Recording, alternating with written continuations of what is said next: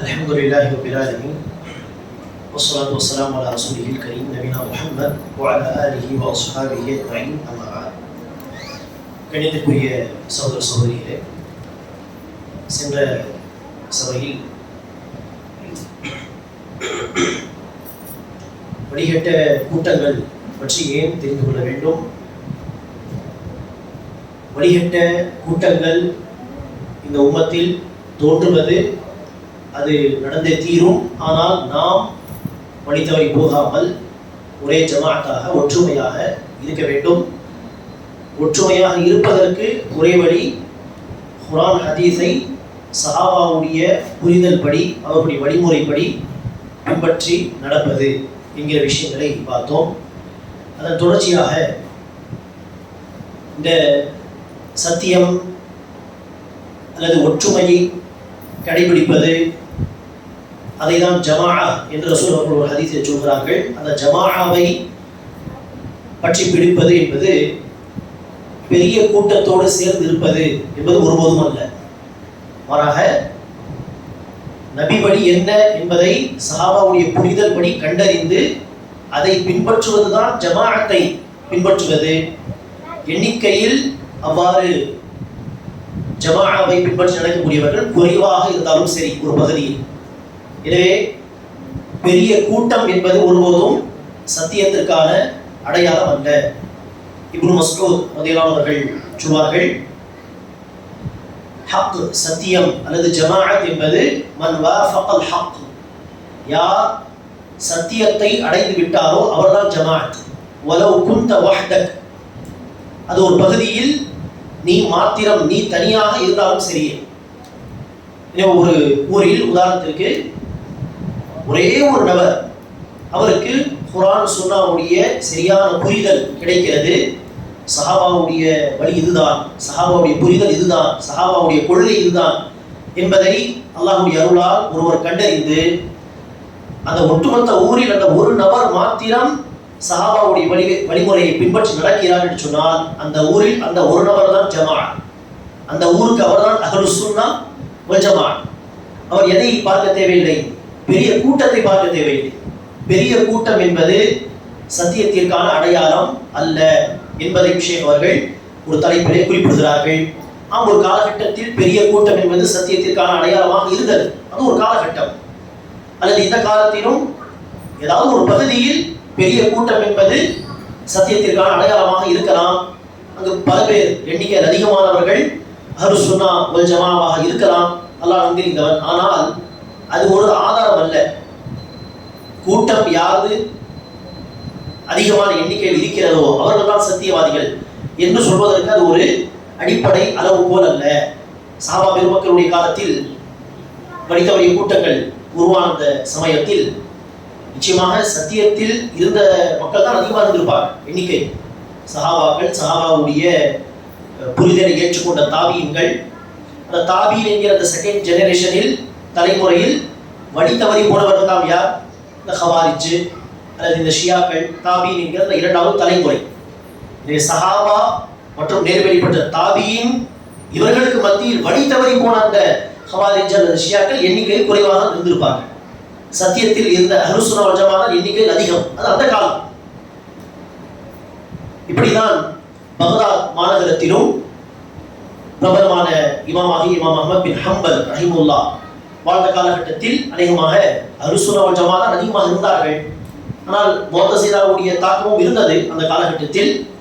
அப்படிப்பட்ட காலத்தில் தான் இமாம் அஹ்மத் பின் ஹம்பல் சொன்னார்கள், பைனனா வ பைனஹும் அல் ஜனாயிஸ், நமக்கும் அவர்களுக்கும் மத்தியிலே ஜனாசா தொழுகைதான் ஒரு அடையாளம். சத்தியத்தில் யார் இருக்கிறார்கள் என்பதற்கு ஒரு அடையாளம் என்ன? ஜனாசா தொழுகை. அஹ்லுஸ் சுன்னா அறிஞர் ஒருவர் இறந்து விட்டால் ஆயிரக்கணக்கான மக்கள் ஜனாசாவில் கலந்து கொள்வார்கள். பிதத்வாதிகள் சார்ந்த ஒரு தாய், ஒரு அழைப்பாளர் இறந்து விட்டால் அந்த பிதத்தை சார்ந்த சில பேர் மாத்திரம்தான் ஜனாசா வருவார்கள். அஹ்லுஸ் சுன்னா மக்கள் அவர்களை புறக்கணிப்பார்கள். எனவே ஜனாசா தொழுகையில் தெரிந்துவிடும் யார் சத்தியத்தில் இருக்கிறார்கள் என்று ஒரு அடையாளமாக அதை சொன்னார்கள். அந்த காலகட்டம். இந்த காலகட்டத்தில் சில பகுதிகளில் அந்த வார்த்தை பொருந்தும். சத்தியத்தில் யார் இருக்கிறார்கள் என்பதை கண்டறிவதற்கு பெரிய கூட்டத்தை பார்ப்பது. ஆனால் அது ஒரு அளவுகோல் எல்லாம் கிடையாது. ஒரு ஹதீஸை சொல்வார்களே, அஸ்ஸவாதுல் அஅதம், பெரிய கூட்டம், அதுதான் அஹ்லுஸ் சுன்னா வல் ஜமாஅ, சத்தியத்தை பின்பற்றக்கூடியவர்கள் என்று. அதெல்லாம் பலவீனமான செய்தி. பெரிய கூட்டம் தான் அஹ்லுஸ் சுன்னா என்று சொல்லக்கூடிய செய்தி எல்லாம் பலவீனமானது. எனவே பெரிய கூட்டம், அதிகமான எண்ணிக்கை என்பது சத்தியத்திற்கான ஒரு அளவுகோல் கிடையாது.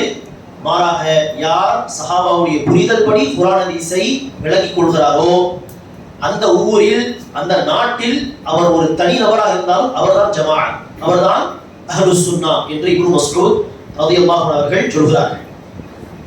அடுத்ததாக நாம் இன்ஷா அல்லாஹ் வழிகட்டு போன ஒரு சில கூட்டங்கள் பற்றி, அவர்கள் சொல்லக்கூடிய சில வழிகட்ட கொள்கைகள் பற்றி தெரிந்து கொள்வோம். இதில் முதலாவதாக ஹவாரிஜ் என்கிற ஒரு கூட்டம்.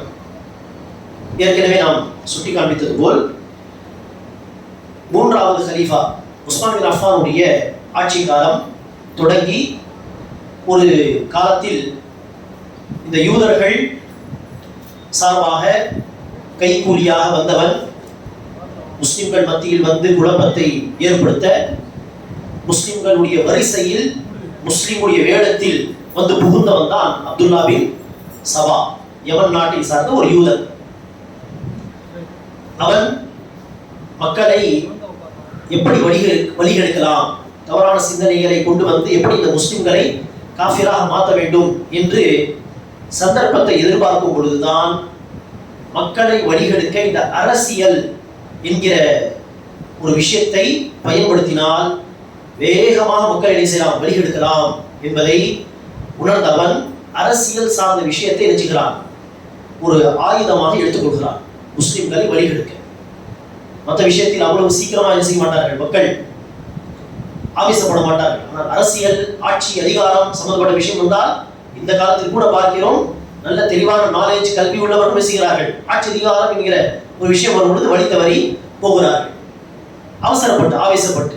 எனவே அந்த விஷயத்தை பயன்படுத்தி தான் மக்களை வழிகெடுக்க முடியும் என்று பார்த்த அந்த அப்துல்லா பின் சபா உஸ்மான் பின் அஃபானுடைய ஆட்சி காலத்தில் இந்த ஹலீஃபா, அதாவது உஸ்மான் பின் அஃபான் ஒரு நல்ல ஹலீஃபா கிடையாது, ஹலீஃபாவாக இருப்பதற்கு இவரிடம் தகுதி இல்லை என்று அநீதியாக பல குற்றச்சாட்டுகளை அவர் நினைச்சுகிறார், உஸ்மான் பின் அஃபான் மீது வைக்கிறார். எல்லாமே பொய்யான குற்றச்சாட்டுகள். அதில் ஒரு குற்றச்சாட்டு என்ன, உஸ்மான் பின் அஃபான் ரலியல்லாஹு அவர்கள் தன்னுடைய குடும்பத்தினர்களுக்கு பதவிகளை வழங்குகிறார். உஸ்மான் பின் அஃபான் அவர்கள் ஹலீஃபா என்று சொன்னால் இப்போது இருக்கக்கூடிய சவுதி அரேபியா என்கிற அந்த பகுதி, ஹிஜாஸ், நஜ்த், அந்த பகுதிக்கு மாத்திரம் ஹலீஃபா அல்ல, அந்த அரபு தேசத்தை தாண்டி யமனும் அதில் உள்ளடங்கும், அதையும் தாண்டி ஈரான் நாடு, எகிப்து வரை, இப்படியெல்லாம் இந்த காலத்தில் வேர்ல்ட் மேப்பில் உள்ள ஒரு 15-20 நாடுகள் உள்ளடங்கும் விதமாக தான் அந்த காலத்தில் இஸ்லாமிய ஆட்சி இருந்தது. அத்தனை நாடுகள், இப்போது இருக்கக்கூடிய அத்தனை நாடுகளுக்கு ஒரு ஹலீஃபா. அப்படி இருக்கும் பொழுது எத்தனை போஸ்டிங்ஸ் இருக்கும், எத்தனை பதவிகள் இருக்கும், யோசித்து பாருங்கள். இதில் அவர்கள் சொன்னார்கள், உஸ்மான் பின் அஃபான் தன்னுடைய குடும்பத்தினர்களுக்கு பல பதவிகளை வழங்குகிறார். உஸ்மான் பின் அஃபானுடைய குடும்பம் என்னது? பனு உமையா, பனு உமையா குடும்பம். பனு உமையாவினருக்கு பதவிகளை வழங்குகிறார், மாறி மாறி பதவிகளை தருகிறார் என்று ஒரு குற்றச்சாட்டு. ஆனால் இது என்னது? பொய்யான ஒரு குற்றச்சாட்டு, இது அவதூறு.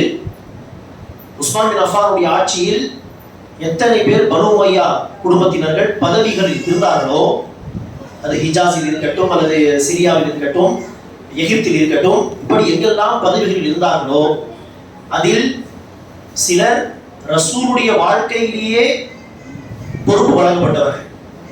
இன்னும் சிலர் அபூபக்கருடைய ஆட்சி காலத்தில் அபூபக்கர் முதல் கலீஃபா பொறுப்பு தந்து, பதவி தந்து ஒரு நாட்டுக்கு அனுப்பியவர்கள். அதில் இன்னும் சிலர் உமர் பின் கத்தாபுடைய ஆட்சி காலத்திலேயே பதவி வழங்கப்பட்டவர்கள். அதற்கு ஒரு உதாரணம் தருவதாக இருந்தால், முஆவியா ரலியல்லாஹு அன்ஹு, பனு உமையா குடும்பத்தை சார்ந்த மிக முக்கியமான ஒரு நபர். உஸ்மான் பின் அஃபான் ஆட்சி காலத்தில் அவர்கள் தான் ஒட்டுமொத்த சிரியாவுக்கு அமீராக, கவர்னராக இருந்தார். அவருக்கு ஏற்கனவே உமர் பின் கத்தாபுடைய ஆட்சி காலத்திலே பதவி இருந்தது. இப்படி உஸ்மான் பின் அஃபானுடைய குடும்பத்தினர் பாருங்கள், பனு உமையாவினர் எத்தனை பேர் இருக்கிறார்கள் என்று அப்படியே சொன்னால் மக்கள் நினைச்சுவார்கள், இதில் எத்தனை பேர் ரசூலுடைய காலத்தில் பதவியில் இருந்தார்கள், இதில் எத்தனை பேர் அபூபக்கருடைய ஆட்சி காலத்தில் பதவியில் இருந்தார்கள், எத்தனை பேர் உமருடைய ஆட்சியில் வந்தார்கள் என்றெல்லாம் கழித்து பார்க்க மாட்டார்கள். அப்படி அவசரப்பட்டு இத்தனை பேர் பனு உமையாவை சார்ந்த மக்களா என்று உடல் என்ன செய்வார்கள், அந்த கருத்தை கேட்டு இவர் குடும்ப ஆட்சி நடத்துகிறார் என்கிற ஒரு கருத்து, ஒரு சிந்தனை வருவார்கள். ஆனால் உண்மையில் ஆராய்ந்து பார்த்தால் 50 பேர் ஆட்சியில் இருந்தால் உதாரணத்திற்கு பதவிகளில் ஒரு 10-20 பேருக்கு உஸ்மான் பின் அஃபான் பதவி கொடுத்திருப்பார். 30-40 பேர் ஏற்கனவே பதவியில் இருக்கக்கூடியவர்கள். உஸ்மான் பின் அஃபான் என்ன செய்யவில்லை, புதிதாக அவர்களுக்கு ஒரு பொறுப்பை கொடுத்து நியமிக்கவில்லை. இப்படி இந்த அவதூறை பரப்புகிறார். அதை கேட்ட பல மக்கள் என்ன செய்வார்கள், அநீதியாக கொந்தளிப்பார்கள். இவர் குடும்ப ஆட்சி செய்கிறார், குடும்பத்துக்கு முன்னுரிமை தருகிறார். அதே ஒரு இன்னொரு அவதூறு என்ன, உஸ்மான் பின் அஃபான் அவர்கள் பைத்துல் மாலுக்கு சொந்தமான பொருளாதாரத்தை தன்னுடைய குடும்பத்தினர்கள் பனு உமையாவுக்கு வாரி வாரி வழங்குகிறார் என்கிற ஒரு குற்றச்சாட்டு. இதுவும் பொய்யானது.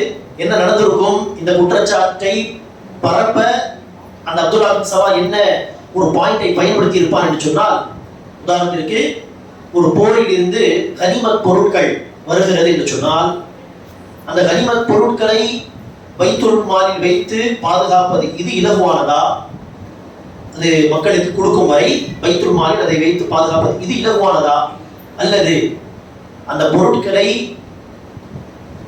விற்பனை செய்து பொற்காசு அல்லது வெள்ளிக்காசுகளுக்கு பதிலாக அந்த பொருட்களை விற்பனை செய்து அந்த பொற்காசு வெள்ளிக்காசுகளை பைத்துல் மாலில் வைப்பது இலகுவானதா என்று கேட்டால், நிச்சயமான அந்த பொருட்களை வாளு அம்பு இப்படியெல்லாம் போர்க்கவசம் இதை எடுத்து பைத்துல் மாலில் பாதுகாப்பாக வைப்பதை விட அதை விற்பனை செய்து காசாக மாற்றி பொற்காசு வெள்ளிக்காசாக மாற்றி அதை பைத்துல் மாலில் வைத்து பிறகு ஏழைகளுடைய உரிமையை எடுத்துக் கொடுப்பது இது இலகுவானது.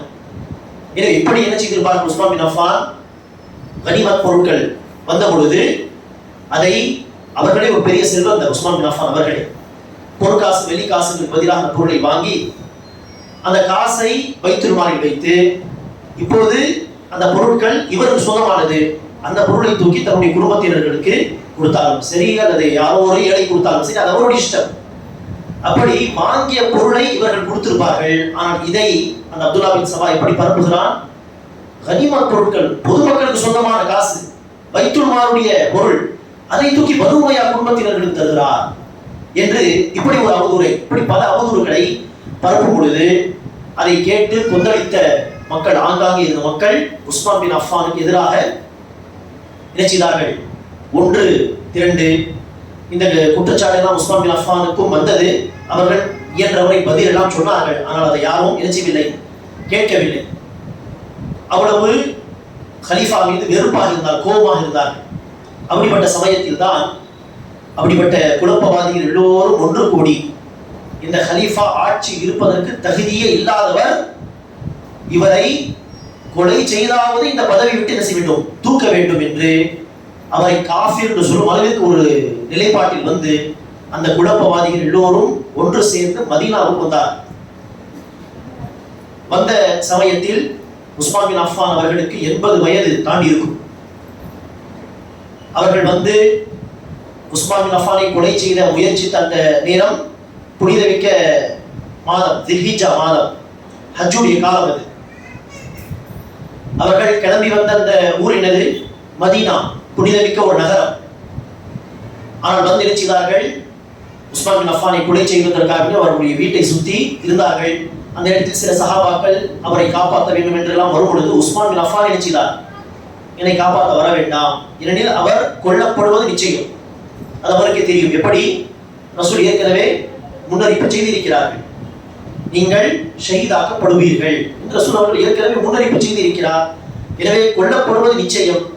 எனவே இப்படி இருக்க யார் வந்து காப்பாற்ற முயற்சித்தாலும் என்ன செய்ய முடியாது, காப்பாற்ற முடியாது. கொல்லப்படுவது நிச்சயம், ஷஹீதாக்கப்படுவது நிச்சயம். இப்படி பிறருடைய உயிர் வீணாக போக வேண்டாம் என்கிற அடிப்படையில் அவர் தடுத்த காரணத்தினால் தான் சஹாபா நிச்சயவில் அடுத்து வரவில்லை. ஆரம்பத்தில் வந்தார்கள், உஸ்மான் பின் அஃபான் தடுத்த பிறகு அந்த சஹாபாக்கள் வரவில்லை. அப்படி இருக்க ஒரு கட்டத்தில் அந்த குழப்பவாதிகள் வீட்டில் நுழைந்து உஸ்மான் பின் அஃபான் குர்ஆன் ஓதிக் கொண்டிருந்தார்கள். உஸ்மான் பின் அஃபானை கொலை செய்து விட்டார்கள். இப்படி ஒரு பெரிய ஃபித்னா. இந்த குழப்பம் நடந்தவுடன் அங்கிருந்து மதீனாவிலிருந்து தல்ஹா ரலியல்லாஹு அன்ஹு, ஜுபைர் பின் அவ்வாம் ரலியல்லாஹு அன்ஹு, இரண்டு பேரும் யாரு, சொர்க்கத்தின் நற்செய்தி சொல்லப்பட்ட 10 சஹாபாக்களில் வரக்கூடியவர்கள் அஷர முபஷராத். 2 பேரும் மதீனாவை விட்டு மக்காவுக்கு சென்றார்கள். அப்போது ஆயிஷா ரலியல்லாஹு அன்ஹா ஹஜ் செய்வதற்காக வேண்டி, ஹஜ்ஜுடைய காலத்தில் தான் இது நடந்தது என்று சொன்னோமே, ஹஜ் செய்வதற்காக மக்காவுக்கு சென்றிருக்கிறார். இருவரும் அங்கு சென்று ஆயிஷா ரலியல்லாஹு அன்ஹாவுக்கு நடந்த விஷயத்தை சொன்னார்கள். மதீனாவில் உஸ்மான் பின் அஃபானை குழப்பவாதிகள் கொலை செய்து விட்டார்கள். அப்போது இவர்களெல்லாம் சேர்ந்து என்ன செய்தார்கள், பஸ்ராவுக்கு சென்று அங்கிருந்து ஒரு கூட்டம், அடுத்து அலி ரலியல்லாஹு அவர்கள் அங்கு ஹலீஃபாவாக நியமிக்கப்பட்டார். சஹாபா பெருமக்களா நியமிக்கப்பட்டார்கள். இப்போது அடுத்த ஹலீஃபா அலி ரலியல்லாஹு அவர்களிடம், இந்த குழப்பவாதிகளிடம் நீங்கள் பழி வாங்க வேண்டும். உஸ்மான் பின் அஃபான் ஹலீஃபாவை கொலை செய்ததில் யாரெல்லாம் இருந்தார்கள், ஈடுபட்டார்களோ அத்தனை பேரையும் கிசாஸில் பழிக்கு சொல்லுவோம், கிசாஸ், அதில் கொள்ள வேண்டும் என்கிற ஒரு கோரிக்கை வைத்தார்கள். அதில் அந்த சஹாபா அலி ரலியல்லாஹு அவர்களுக்கும் அந்த சஹாபா பெருமக்களுக்கும் ஒரு பிரச்சனை நடந்தது. அதற்கும் காரணம் இந்த குழப்பவாதிகள் தான். சுமூகமாக பேசி முடித்த ஒரு விஷயத்தை ஒரு பெரிய போர் போன்று மாற்றியவர்கள் இந்த குழப்பவாதிகள். அதற்கடுத்த காலத்தில் அலி ரலியல்லாஹு அவர்களுக்கும் முஆவியா ரலியல்லாஹு அவர்களுக்கும் ஒரு கருத்து வேறுபாடு வந்தது. அந்த கருத்து வேறுபாடு இதே உஸ்மான் பின் அஃபானுடைய கொலை விஷயத்தில் தான். முஆவியா ரலியல்லாஹு அவர்கள் சொன்னார்கள், உஸ்மான் பின் அஃபானை கொலை செய்த குழப்பவாதிகளை உடனே நீங்கள் கிசாஸில் கொள்ள வேண்டும். அலி ரலியல்லாஹு அவர்கள் சொன்னார்கள், நீங்கள் பைஅத் செய்யுங்கள், என்னை ஹலீஃபாவாக ஏற்றுக்கொள்ளுங்கள், அப்போதுதான் அதிகாரப்பூர்வமாக நீங்கள் என்னிடத்தில் அந்த கோரிக்கையை வைக்க முடியும். பைஅத் செய்யுங்கள், அடுத்து நான் அந்த விஷயத்தை முன்னெடுத்து செல்வேன். அவர்கள் சொன்னார்கள், இல்லை, நீங்கள் பழி வாங்கின பிறகுதான் நான் பைஅத் செய்வேன் என்று இவர்கள் இப்படி சொல்ல, அவர்கள் நீங்கள் பைஅத் வாங்கின பிறகு கோரிக்கை வையுங்கள் என்று சொல்ல, 2 பேருடைய கருத்திலும் ஏதோ ஒரு நியாயம் இருக்கிறது. ஆனால் மிக சரியான கருத்து யாருடைய என்று சொன்னால் அலி ரலியல்லாஹு அவர்கள் சொன்னதான் முறை. ஹலீஃபாவா ஏற்றுக்கொண்ட பிறகுதானே கிசாஸ் வாங்குங்கள் என்று கோரிக்கை வைக்க முடியும். அவர்கள் சொன்னது சரி. ஆனால் இந்த பிரச்சனையும் பெரிய ஒரு பிரச்சனையாக மாறியது. அந்த சமயத்தில் இதற்கு ஒரு தீர்வு கொண்டு வர வேண்டும் என்பதற்கு அலி ரலியல்லாஹு அவர்களும் முஆவியா ரலியல்லாஹு அவர்களும் அவர்களோடு இருந்த 2 தரப்பினர்கள் சஹாபாக்களும் 2 நடுவர்களை நியமிக்கிறார். இந்த 2 நடுவர்கள் என்ன தீர்ப்பு வழங்குவார்களோ அதை அலியும் ஏற்க வேண்டும், முஆவியாவும் ஏற்க வேண்டும். அடுத்து மறு பேச்சுக்கு இடம் தரக்கூடாது என்று சொல்லி 2 நடுவர்களை நியமித்தார்கள். அமர் பின் ஆஸ் ரலியல்லாஹு அன்ஹு, அபூ மூஸா அல்-அஷ்அரி ரலியல்லாஹு அன்ஹு. இவர்கள் சொல்லக்கூடிய தீர்ப்பு தான் கடைசி தீர்ப்பு. அலியும் முஆவியாவும் ரலியல்லாஹு அன்ஹுமா அந்த கருத்தை ஏற்று நடக்க வேண்டும். இந்த சமயத்தில் தான் அந்த குழப்பவாதிகள் பிரிந்து இருந்தார்கள். அவர்களை அந்த நேரத்தில் சபையா என்று சொல்லலாம். அந்த கூட்டத்தினர், அந்த குழப்பவாதிகள் இந்த தருணத்தில் தான் அலி ரலியல்லாஹு அவர்களையும் காஃபிர் என்று அறிவித்துவிட்டு, அவரை மாத்திரமல்ல முஆவியா, அந்த 2 நடுவர்கள் அபூ மூஸா அஷ்அரி, அமர் பின் ஆஸ், யாரெல்லாம் இதற்கு ஒத்துழைப்பு தந்தார்களோ அத்தனை சஹாபாக்களையும் நவுதுபில்லாஹ் இவர்களெல்லாம் காஃபிர்கள், இஸ்லாத்தை விட்டு வெளியேறியவர்கள் என்று அறிவித்துவிட்டு அந்த குழப்பவாதிகள் ஹரூரா என்கிற ஒரு பகுதிக்கு விலகி சென்று விட்டார்கள். என்ன சொல்லி, இவர்களெல்லாம் காஃபிர்கள், இவர்களும் நாம் எல்லாம் இருக்க மாட்டோம், நாம் எல்லாம் தனித்து செயல்படுவோம் என்று ஹரூரா என்கிற பகுதிக்கு சென்று விட்டார்கள். எனவே நான் அந்த கூட்டத்தை ஹரூரியா என்று சொல்வார். ஹவாரிஜ் என்கிற அந்த கூட்டத்தை விலகி சென்ற அந்த மக்கள் அலியும் காஃபிராக மாறிவிட்டார், இவரும் இனிமேல் கலீஃபாவாக இருப்பதற்கு தகுதியற்றவர் என்று சொல்ல ஆரம்பித்தார்கள். ஒரு கட்டத்தில் அலி ரலியல்லாஹு அவர்களையும் கொலை செய்தது யார்தான்? இதே ஹவாரிஜ் தான். அப்துர் ரஹ்மான் பின் முல்ஜிம் என்கிற ஒரு ஹாரிஜி, சஹாபாக்கள் அடுத்து தாபீன் என்கிற அந்த தலைமுறை சார்ந்தவன். அவன் அலி ரலியல்லாஹு அவர்களை கொலை செய்து ஒரு பெரிய நன்மையாக நினைத்து அலி ரலியல்லாஹு அவர்களை அவன் கொலை செய்தான். இவரும் காஃபிராக மாறிவிட்டார். இதுதான் ஹவாரிஜ் உருவாகிய ஒரு வரலாறு சுருக்கமாக. இப்படிதான் அந்த ஹவாரிஜ் கூட்டம் உருவானது. அலி ரலியல்லாஹு அவர்கள் தன்னுடைய ஆட்சியில் அந்த ஹவாரிஜுக்கு எதிராக போரும் செய்தார்கள் நஹர்வான் என்கிற ஒரு இடத்தில். எனவேதான் அந்த ஹவாரிஜுக்கு அஹ்லுன் நஹர்வான்காரர்கள் என்கிற ஒரு பேரும் உண்டு. ரசூல் அவர்கள் முன்னறிவிப்பு செய்தது போல் பிற்காலத்தில் சத்தியத்துக்கு நெருக்கமாக இருக்கக்கூடியவர் என்ன செய்வார்? அந்த ஹவாரிஜ் என்கிற கூட்டத்தாருக்கு எதிராக போர் செய்வார், அதில் உள்ள தலைவரை கொலை செய்வார் என்று ரசூல் அவர்கள் முன்னறிவிப்பு செய்தது போல் அலி ரலியல்லாஹு அவர்கள் போர் செய்து அந்த ஹவாரிஜுடைய தலைவனையும் அவர்கள் என்ன செய்தார்கள்? கொலை செய்தார்கள் போரிலே. இப்படி ஹவாரிஜ் இந்த குழப்பங்களின் மத்தியில் தான் ஒரு கூட்டமாக உருவானார்கள். இந்த ஹவாரிஜுடைய வழிகேடுகள் என்ன என்று பார்த்தால், ஒரு முக்கியமான வழிகேடு தான் ஆட்சியாளர்களை குறித்து குறை பேசுவதையும் தாண்டி மக்களை ஆட்சியாளர்கள் முஸ்லிம் ஆட்சியாளர்கள் தூண்டி அந்த ஆட்சியாளர்களுக்கு எதிராக கிளர்ச்சியை உருவாக்குவது. இதுதான் ஹவாரிஜ் அவர்களுடைய ஒரு முக்கியமான பிரச்சனை. இந்த பிரச்சனை உஸ்மான் பின் அஃபானுடைய ஆட்சியிலிருந்து ஆரம்பிக்கவில்லை. சொல்ல போனால் இந்த பிரச்சனை ரசூலுடைய காலத்திலிருந்தே ஆரம்பித்து விட்டார்கள் என்று தான் சொல்ல வேண்டும். காரணம் என்ன? ஒரு முறை ரசூலுல்லாஹ் அவர்கள் ஒரு போருக்கு பிறகு கனிமத் பொருட்கள் வந்தது.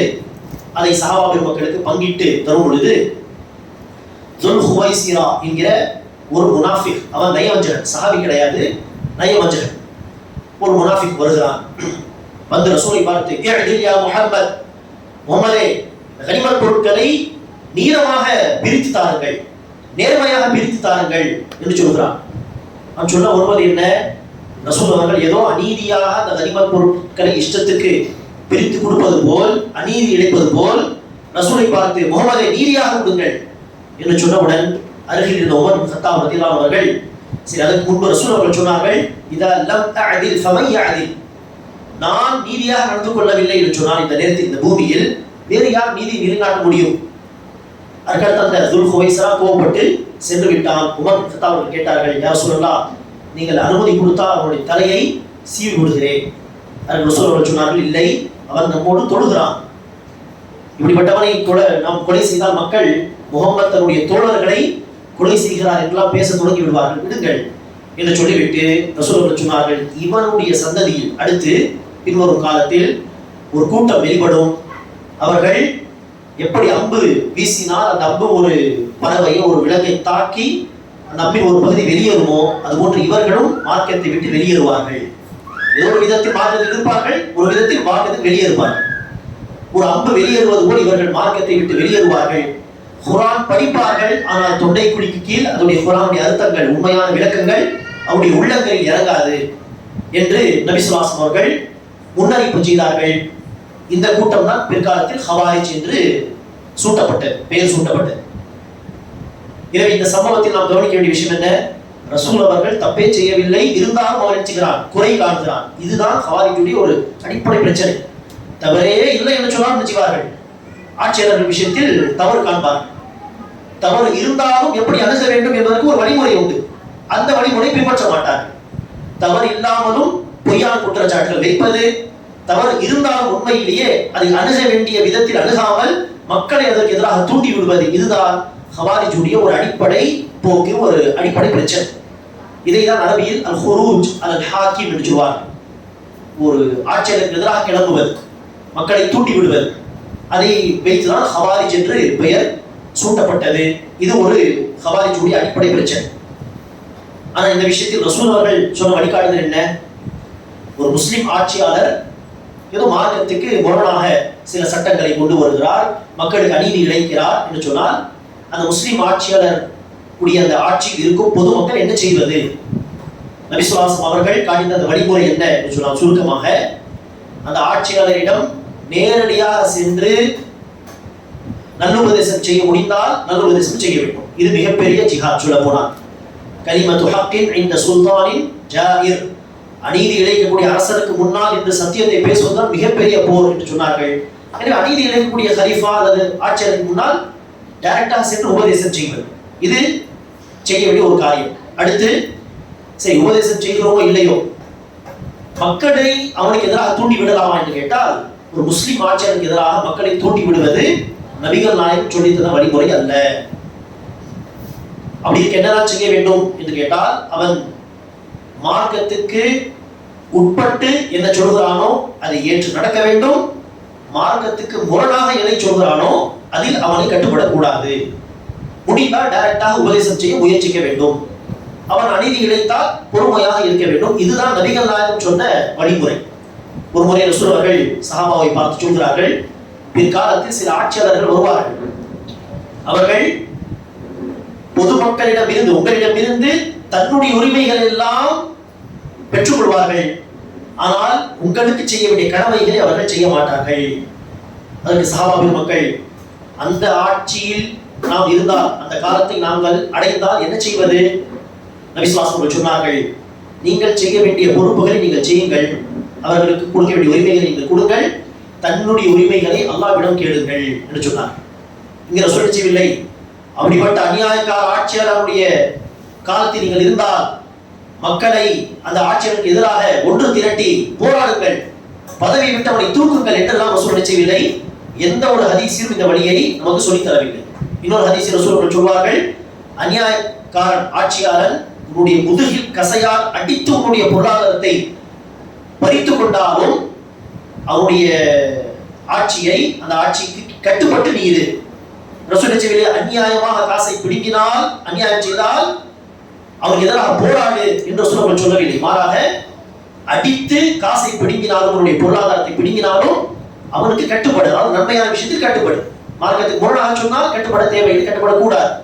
இப்படிதான் ரசூல் அவர்கள் பல ஹதீசுகளில் சொல்லியிருக்கிறார்கள். ஒழிய எந்த ஒரு ஹதீஸிலும் அநியாயக்கார ஆட்சியருக்கு எதிராக புறப்படுங்கள், மக்களை தூண்டுங்கள், திரட்டுங்கள், போராட்டம், ஆர்ப்பாட்டம் என்றெல்லாம் ரசூல் அவர்கள் எந்த ஒரு ஹதீஸிலும் இந்த வழியை காட்டவில்லை.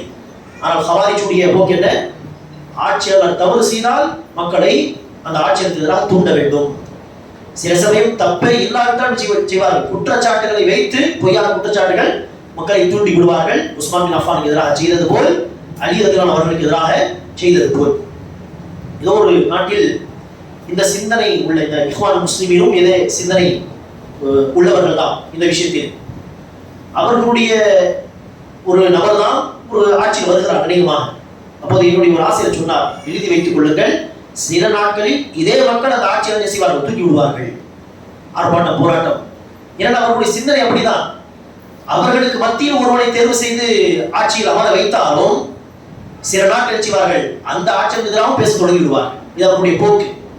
ரசூலை அவர்கள் விட்டு வைக்கவில்லை, உஸ்மான் பின் அஃபானை விட்டு வைக்கவில்லை, அலி ரலியல்லாஹு அவர்களை விட்டு வைக்கவில்லை என்று சொன்னால் இந்த சிந்தனை உள்ளவர்கள் மற்ற யாரையும் விட்டு வைக்க மாட்டார்கள், அவர்கள் நன்மை எதிர்பார்க்க முடியாது. இது ஒரு அடிப்படை பிரச்சனை ஹவாரிஜ். இன்னொரு பிரச்சனை என்ன? ஹவாரிஜ் என்கிற கூட்டத்தில் இருக்கக்கூடிய ஒரு தப்பான கொள்கை, குர்ஆனுக்கும் ஹதீஸுக்கும் தவறான விளக்கங்களை தருவது. இன்று பரவலாக அதை நாம் பார்க்கிறோம். தர்கா வணக்கத்திற்கு நினைச்சுகிறார்கள் சில பேர், குர்ஆனுடைய வசனத்தை ஆதாரமாக காட்டுவது, ஹதீஸை ஆதாரமாக காட்டுவது, தப்பான விளக்கங்களை சொல்லி மக்களை ஏமாற்றுவது. இந்த ஃபித்னாவை ஆரம்பித்தவர்கள் ஹவாரிஜ். குர்ஆனுடைய வசனத்தை ஓத வேண்டும், தப்பான விளக்கத்தை சொல்ல வேண்டும், ஹதீஸை சொல்ல வேண்டும், அதற்கு தப்பான விளக்கத்தை கொடுக்க வேண்டும் என்று இதை ஆரம்பித்த பிதத்வாதிகள், முதல் பிதத்வாதிகள் இந்த ஹவாரிஜ். அலி ரலியல்லாஹு அவர்களுக்கு முஆவியாவுக்கு மத்தியில் பிரச்சனை இருக்க இரண்டு நடுவர்களை நியமித்தார்கள் சொன்னோமே. அந்த சமயத்தில் இந்த ஹவாரிஜ் என்ன செய்தார்கள்? குர்ஆனுடைய ஒரு வசனத்தின் பகுதியை ஓதி, இனில் ஹுக்மு இல்லா லில்லாஹ், ஹுக்கும் என்று சொன்னால் அதிகாரம், ஆட்சி அல்லது தீர்ப்பு, இதெல்லாம் அல்லாஹ்வுக்கு மாத்திரம்தான் சொந்தமானது. நீங்கள் எப்படி மனிதர்களை தீர்ப்பு வழங்கக்கூடிய ஒரு அந்தஸ்தில் வைக்கலாம்? இவர்கள் சொல்வதுதான் கடைசி தீர்ப்பு என்று எப்படி நீங்கள் மனிதர்களை அந்த அந்தஸ்தில் வைக்கலாம்? இது அல்லாஹ்வுடைய அதிகாரம், இது அல்லாஹ்வுடைய உரிமை என்று அந்த வசனத்தை ஓதினார்கள். வசனம் சரியானது, ஆனால் அந்த வசனத்தை வைத்து இந்த ஹவாரிஜ் சொல்லக்கூடிய அந்த கருத்து என்னது? தவறானது. எனவேதான் அலி ரலியல்லாஹு அவர்கள் நேரடியாக இந்த கூட்டத்தை பார்த்தவர்கள், அந்த கூட்டத்தின் ஃபித்னாக்களை நேரடியாக சந்தித்தவர்கள். அலி ரலியல்லாஹு அவர்கள் சொன்னார்கள், கலிமத்து ஹக்கின் உரித பிஹல் பாத்தில். இவர்கள் ஓதி காட்டக்கூடிய இந்த வசனம் சத்தியம், அல்லாஹ்வுடைய வார்த்தை, சத்தியமான வார்த்தை. ஆனால் அதை கொண்டவர்கள் நாடுகின்ற அர்த்தம், அந்த பொருள் என்னது? அசத்தியம். சொல்லக்கூடிய வார்த்தை சத்தியமானது, அதை வைத்தவர்கள் நாடும் பொருள் அசத்தியமானது என்று சொன்னார்கள். அதே போல்தான் இப்னு உமர் அனைமாக சொன்னார்கள், காஃபிர்கள் பற்றி வந்த வசனத்தை எல்லாம் தூக்கி இந்த ஹவாரிஜ் மூமின்கள் மீது பொருத்தி விடுவார்கள். இஸ்லாத்தில் ஈமானில் இருக்கக்கூடிய முஸ்லிம்களும் காஃபிர் காஃபிர் என்று சொல்லும் பொழுது காஃபிர்களுக்கு வந்த வசனத்தை எல்லாம் தூக்கி முஸ்லிம்கள் மீது பொருத்தி விடுவார்கள். இது இப்படி குர்ஆனுடைய வசனங்களுக்கு தப்பான விளக்கங்களை தருவது, ரசூலுடைய ஹதீஸுகளுக்கு சுயமான தவறான வியாக்கியானங்களை கொடுப்பது, இது ஹவாரிஜ் ஆரம்பித்து வைத்த ஒரு குழப்பம். இன்று எல்லா விதத்வாதிகளும் இதை செய்கிறார்கள். ஆதாரம் என்கிற பெயரில் குர்ஆனுடைய வசனத்தை படிப்பார்கள், தப்பான விளக்கத்தை தருவார்கள், ஹதீஸை காட்டுவார்கள், தனக்கு தேவையான விளக்கத்தை புகுத்தி விடுவார்கள். இப்படி அன்பானவர்களே, ஹவாரிஜுடைய இன்னொரு பிரச்சனை தான் குர்ஆன் ஹதீஸுக்கு தப்பான விளக்கங்களை தருவது. அதே போல்தான் ஹவாரிஜுடைய இன்னொரு பிரச்சனை, ஒரு அடிப்படை குழப்பம், உலமாக்களை கொச்சைப்படுத்துவது, உலமா பெருமக்களை கொச்சைப்படுத்துவது. இது ஹவாரிஜுடைய ஒரு அடையாளமாக இருந்தது அந்த காலத்தில். அதற்கு மேலும் உதாரணங்கள் தர தேவையில்லை, சொன்ன உதாரணங்களே போதுமானது. ரசூலுல்லாஹி ஸல்லல்லாஹு அலைஹி வஸல்லம் யார்? மிகப்பெரிய அறிஞர். உஸ்மான் பின் அஃபான் யார்? அந்த காலத்தில் அவர் மிகப்பெரிய ஒரு அறிஞர். அலி ரலியல்லாஹு அவர்கள் யார்? தன்னுடைய ஆட்சி காலத்தில் அவர் மிகப்பெரிய ஒரு அறிஞர், ஆட்சியாளரும் கூட அறிஞரும் கூட. எனவே அந்த மக்களை இந்த ஹவாரிஜ் விட்டு வைக்கவில்லை. எனவே ஒவ்வொரு காலத்திலும் அறிஞர்களை கொச்சைப்படுத்தும் விதமாக இந்த ஹவாரிஜ் செய்வார்கள், பேசுவார்கள். இப்னு உஸைமீன் ரஹிமஹுல்லாஹ் இவ்வளவு பெரிய அறிஞர், வாக்கறிஞர். ஆனால் ஹவாரிஜ் சிந்தனை உள்ள அந்த பின் லாதின் அவன் நினைச்சுக்கிறார் இப்னு உஸைமீன் ரஹிமஹுல்லாஹ் அவர்களை குறித்து கொச்சையாக சில வார்த்தைகளை பேசுகிறார். இது டாலருக்கான உலமாக்கள், டாலர் வாங்கி இஷ்டத்தில் ஃபத்வா கொடுக்கக்கூடியவர்கள் என்றெல்லாம் அவதூறுகள். இது அந்த சிந்தனை உள்ள யாராக இருந்தாலும் சரி, அது எந்த இயக்கமாக இருந்தாலும் சரி, இந்த ஹவாரிஜுடைய சிந்தனை இருந்தால் தானாக நினைச்சுவார்கள், உலமாக்களை புறக்கணிப்பார்கள், உலமாக்கள் சம்பந்தமான கொச்சையாக பேசுவார்கள். இவரெல்லாம் காசு பணத்துக்காக வேண்டி மார்க்கத்தை விற்பனை செய்யக்கூடிய ஆலிம்கள் என்று ஒரு அவதூறை சொல்லிவிடுவார்கள். இப்படி எல்லாம் அந்த ஹவாரிஜுடைய ஒரு சிந்தனை தான் உலமாவை கொச்சைப்படுத்துவது. இந்த காலத்தில் இந்த ஹவாரிஜுடைய குறிப்பிட்ட ஒரு சிந்தனையை பின்பற்றக்கூடிய மக்கள், அது சூப்பர் முஸ்லீமாக இருக்கட்டும், அல்லது ஜமாத் இஸ்லாமி இருக்கட்டும், அல்லது இஹ்வான் முஸ்லிமீனாக இருக்கட்டும், குறிப்பிட்ட ஒரு விஷயத்தில் ஹவாரிஜுடைய சிந்தனை உள்ள மக்கள் இந்த நவீன காலத்தில் அத்தனை பேரிடத்திலும் நீங்கள் என்ன செய்யலாம்? உலமாவை கொச்சையாக பேசக்கூடிய ஒரு பழக்கத்தை நீங்கள் பார்க்கலாம். ஏனெனில் அதை செய்தால் தான் செய்ய முடியும். கரெக்டான மார்க்கத்தை விட்டு, நபி வழி, சஹாபாவுடைய வழியை விட்டு மக்களை தூரமாக்க வேண்டும் என்று சொன்னால் உலமாவை விட்டு தூரமாக்கினால்தான். அந்த கரெக்டான விளக்கங்களை தரக்கூடியவர்கள் உலமாக்கல், அஹ்லுஸ் சுன்னah உலமாக்கல். அந்த உலமாக்களை விட்டு தூரமாக்கி விட்டால் அடுத்து எப்படிப்பட்ட ஒரு ஜிஹாதத்தை என்ன செய்யலாம்? இஸ்லாம் என்கிற பெயரில் கொண்டு வந்து திணிக்கலாம் என்பதற்காக ஃபர்ஸ்ட் உலமாவை விட்டு தூரமாக்கக்கூடிய பணியை செய்வார்கள். இந்த சூப்பர் முஸ்லிம் இந்த வைத்தியமும் என்ன செய்கிறது? இந்த காலத்தில் உலமாவே இல்லை, உலமாவே கிடையாது. இந்த காலத்தில் இருக்கக்கூடியவர்களெல்லாம் போலி உலமாக்கள் என்று உலமாவை விட்டு தூரமாக்கக்கூடிய வேலையை வச்சிருக்கிறார். காரணம் என்ன? உலமாவை விட்டு தூரமாகி விட்டால் அடுத்து எதை சொன்னாலும் மக்கள் செய்வார்கள், தலையாட்டி மார்க்கம் ஆமாம் ஆமாம் என்று ஏற்றுக்கொள்வார்கள். இது ஹவாரிஜுடைய இன்னொரு பழக்கம், உலமாவை கொச்சைப்படுத்துவது. இது ஹவாரிஜ் தொடர்பான சில விஷயங்கள். ஹவாரிஜ் தொடர்பாக ரசூல் அவர்கள் பல ஹதீஸ்களை சொல்லியிருக்கிறார். வழிகட்ட கூட்டங்களில் ஹவாரிஜ் பற்றி ரசூலுடைய பல ஹதீஸ்கள் உண்டு. அதை வேகமாக நான் சொல்கிறேன். ஒன்று, ஏற்கனவே சொன்னது போல் மார்க்கத்தை விட்டு இவர்கள் ஒரு அம்பு வெளியேறுவது போல் மார்க்கத்தை விட்டு வெளியேறுவார்கள். குர்ஆன் படிப்பார்கள், ஆனால் தொண்டை குலுக்கி அந்த குர்ஆனுடைய விளக்கங்கள் அவருடைய உள்ளங்களில் இறங்காது. நபி ஸல்லல்லாஹு அலைஹி வஸல்லம் இன்னொரு ஹதீஸில் சொல்கிறார்கள், அவர்கள் ஹுதஸாஉல் அஸ்னான் சுஃபஹாஉல் அஹ்லாம், வயதால் குறைந்தவர்களாக இருப்பார்கள், அதாவது இளைஞர்கள் வாலிபர்களாக இருப்பார்கள், அறிவால் முட்டாளர்களாக இருப்பார்கள். இன்னும் மார்க்க விளக்கம் எல்லாம் தெரியாது, இப்படிதான் இன்னும் ஹுக்மு இல்லா இல்லா இன்னொரு வசனத்தை போது ஏதோ ஒரு விளக்கம். இப்னு அப்பாஸ் ரலியல்லாஹு அன்ஹு அவர்கள் அந்த ஹவாரிஜோடு பேசுவதற்காக வேண்டி சென்றார்கள். அப்போது அவர்கள் சொன்னார்கள், இப்படி இரண்டு சஹாபாவை நடுவர்களாக நியமித்தது குஃப்ர் ஷிர்க் என்று நீங்கள் சொல்லி இந்த வசனத்தை சொல்கிறீர்களே, அல்லாஹ் குர்ஆனில் என்ன சொல்கிறார்?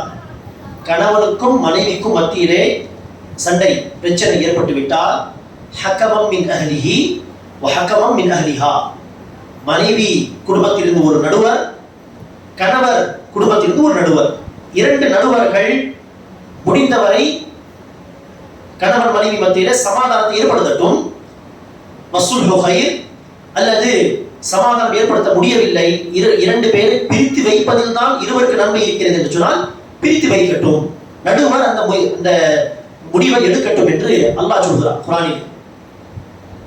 கணவன் மனைவி மத்தியில் வரக்கூடிய பிரச்சனை பெரிய பிரச்சனையா, அல்லது இங்கு அலி ரலியல்லாஹு ஒரு பக்கம், இன்னொரு பக்கம் முஆவியா ரலியல்லாஹு அன்ஹு, இரண்டு பேருக்கு பின்னால் சஹாபாக்கள் இரண்டு கூட்டங்களாக பிரிந்து இருக்கிறார்கள், அந்த பிரச்சனை பெரிய பிரச்சனையா?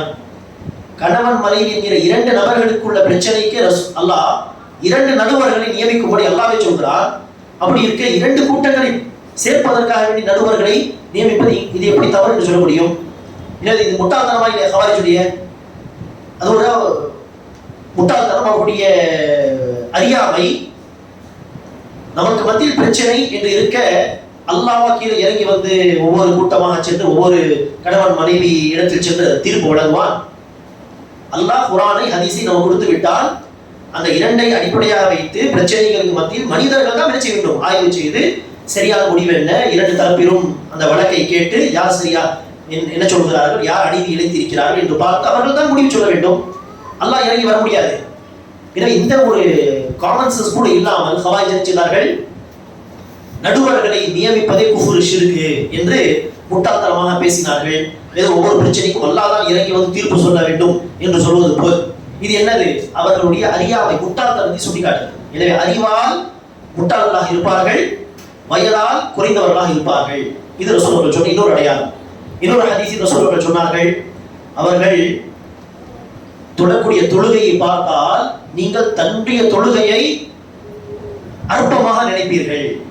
அவர்கள் நோன்பு நோற்பதை நீங்கள் கண்டால் நீங்கள் தன்னுடைய நோன்பை அற்பமாக தரக்குறைவாக நினைப்பீர்கள் என்று ரசூல் யாரை பார்த்து சொன்னார்கள்? சஹாபாவை பார்த்து.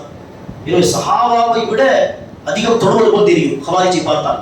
ஒரு மார்க்க பற்று, மார்க்கத்தில் ஈடுபாடு, தக்வா, பயபக்தி எல்லாம் இருக்கும், இபாதத்தெல்லாம் இருக்கும். ஆனால் ரசூல் அவர்களே ஒரு ஹதீஸில் சொல்கிறார், கிலாபுன் நார், நரகத்தின் நாய்கள். கதரியாவை பற்றி இன்னொரு கூட்டம் இருக்கிறது, கதரியா நரகத்தின் நாய்கள் என்று ஒரு ஹதீஸ். அது பலவீனமான ஹதீஸ். ஆனால் ஹவாரிஜ் பற்றி ரசூல் அவர்கள் சொன்னது ஆதாரபூர்வமான செய்தி. இந்த ஹவாரிஜ் நரகத்தின் நாய்கள் என்று சொன்னார்கள். அதே ஹவாரிஜ் பற்றி ரசூல் என்ன சொல்கிறார்?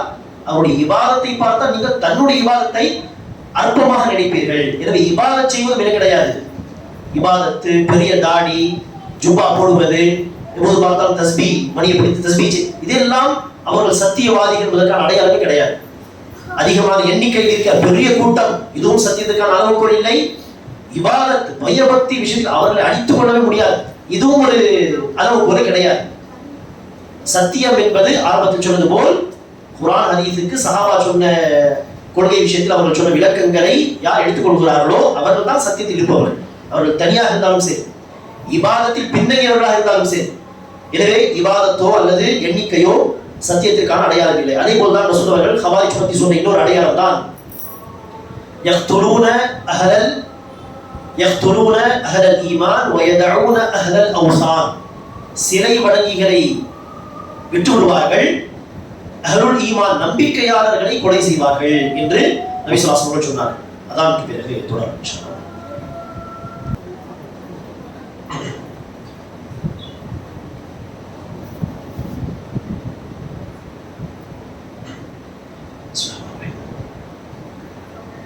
இப்படி ஹவாரிஜ் என்கிற ஒரு வழிகேட்ட கூட்டம் இஸ்லாமிய வரலாற்றில் வழித்தவறி சென்ற முதல் கூட்டமாக அது இருக்கிறது. அதனுடைய சில கொள்கைகளை பார்த்தோம். இரண்டாவதாக, சஹாபாவுடைய காலத்திலே தோன்றிய இன்னொரு வழிகேட்ட கூட்டம் தான் ஷியா. ஹவாரிஜா இருந்தாலும் சரி அல்லது ஷியாவா இருந்தாலும் சரி, அவர்களை குறித்து பேசுவதற்கு இந்த நேரம் எல்லாம் பத்தாது. அத்தனை வழிகேடுகள், அத்தனை பிரச்சனைகள் அவர்களை பற்றி பேசிக்கொண்டே போகலாம். இப்படி சஹாபாவுடைய காலத்தில் தோன்றிய இன்னொரு கூட்டம் ஷியா. இதை தோற்றுவித்தவரும் அதே அப்துல்லா பின் சபா. ஷியாக்களே தன்னுடைய புத்தகங்களை என்ன செய்கிறார்கள்? அதை ஒப்புக்கொள்கிறார்கள். அப்துல்லா பின் சபாவால் உருவாக்கப்பட்ட ஒரு கூட்டம் இது என்று அவர்களே தன்னுடைய புத்தகங்களில் ஷியாவை சார்ந்த பெரிய பெரிய உலமாக்கள் எழுதியிருக்கிறார்கள். அந்த விஷயத்தையும் இந்த சூப்பர் முஸ்லீம் நினைச்சுக்கிறார், மறுக்கிறார்.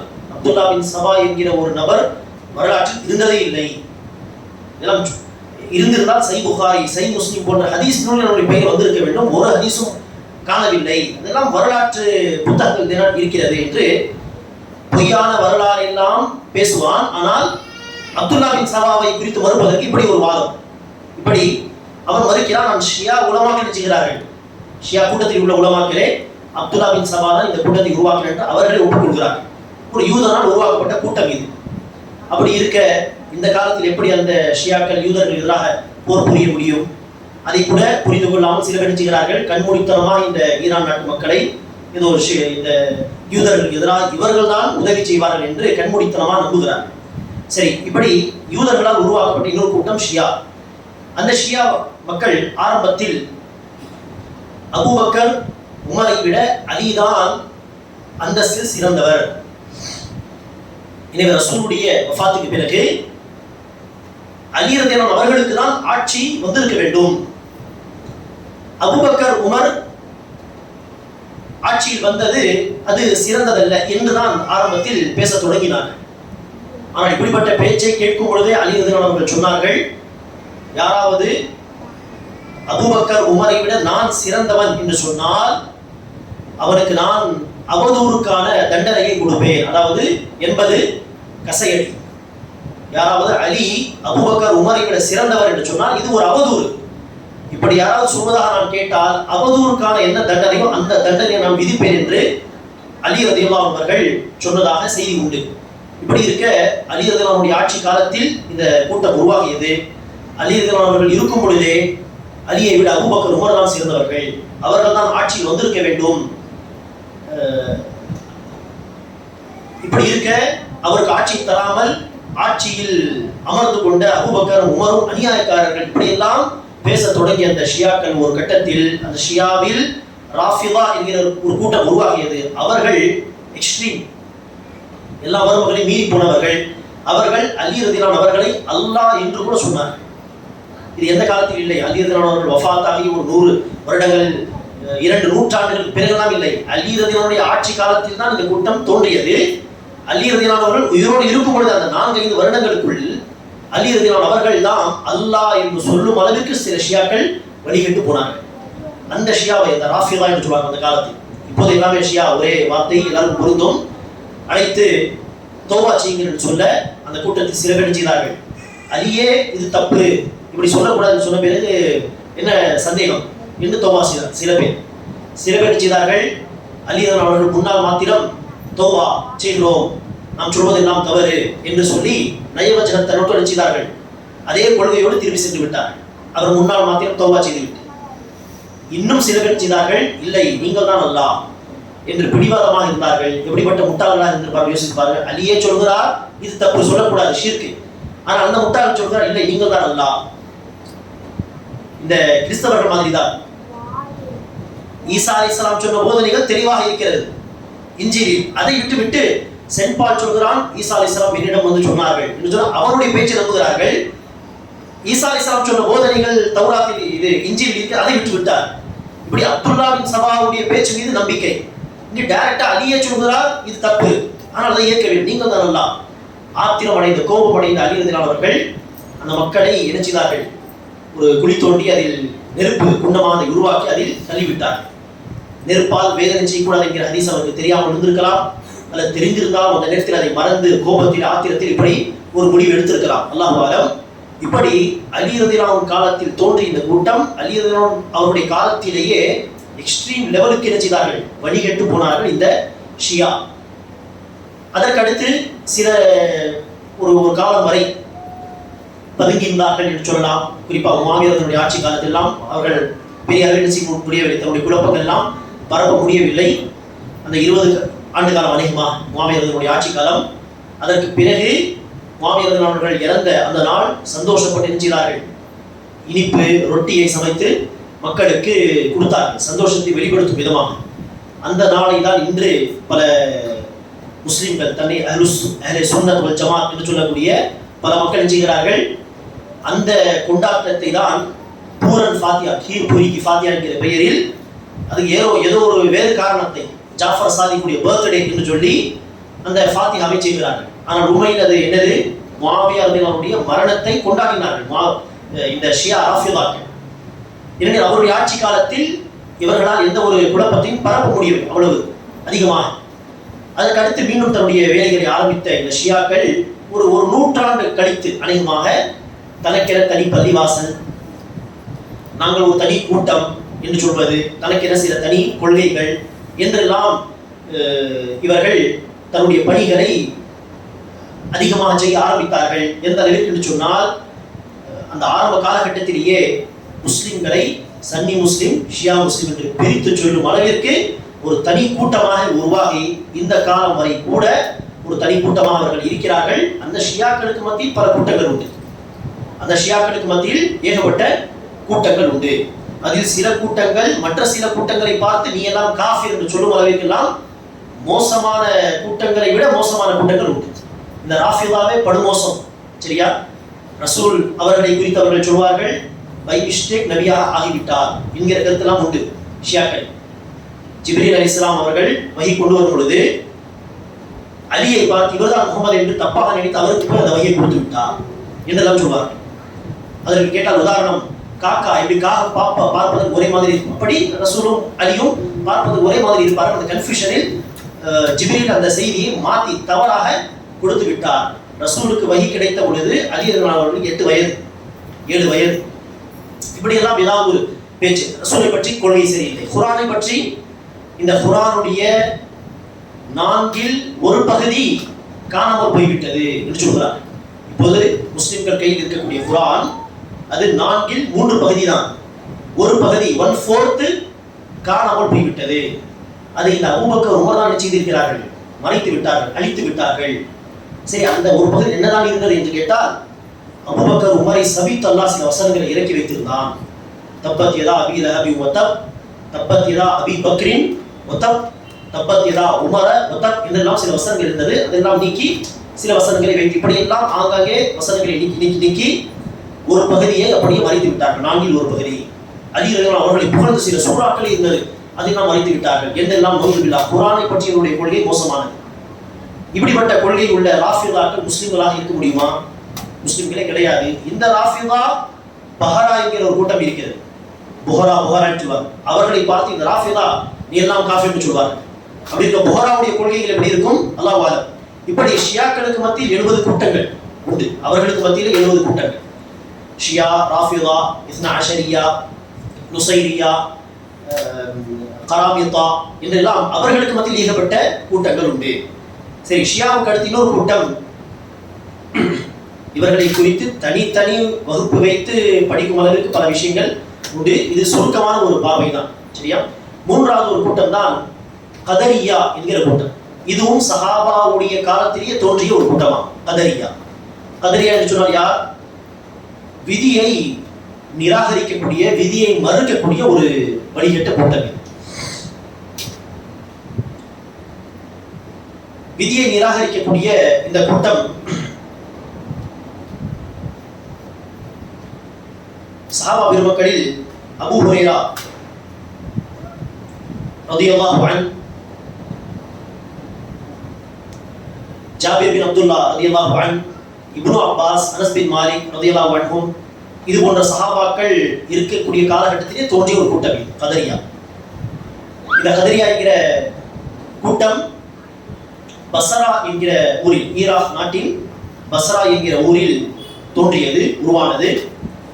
இந்த கதரியா என்கிற கூட்டத்தை பற்றி ரசூல் அவர்களுடைய ஒரு 2 ஹதீஸ்கள் உண்டு. நபி ஸல்லல்லாஹு அலைஹி வஸல்லம் சொன்னார்கள், அல் கதரியது மஜூசு ஹாதிஹில் உம்மா. கதரியாக்கள் இந்த உம்மத்துடைய மஜூஸ், இந்த உம்மத்துடைய மஜூஸ் ஆவார்கள்.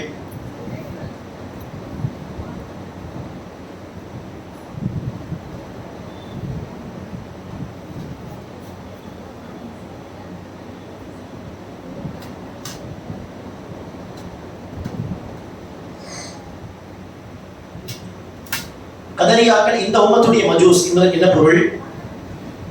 இந்த மஜூஸ் என்கிற கூட்டத்தார்கள், அதாவது ஈரான் நாட்டில் அந்த காலத்தில் வாழ்ந்த மக்கள் தான் மஜூஸ், நெருப்பு வணங்கிகள். அவர்கள் சொல்வார்கள், ஒளியை படைத்த இறைவன் வேறு, இருளை படைத்த இறைவன் வேறு. ஒளியை படைத்த இறைவன் நன்மையை படைக்கும், இருளை படைத்த இறைவன் அந்த கடவுள் தீமையை மாத்திரம் படைக்கும் என்று அவர்களுடைய நம்பிக்கை, நெருப்பு வணங்கிகளுடைய நம்பிக்கை.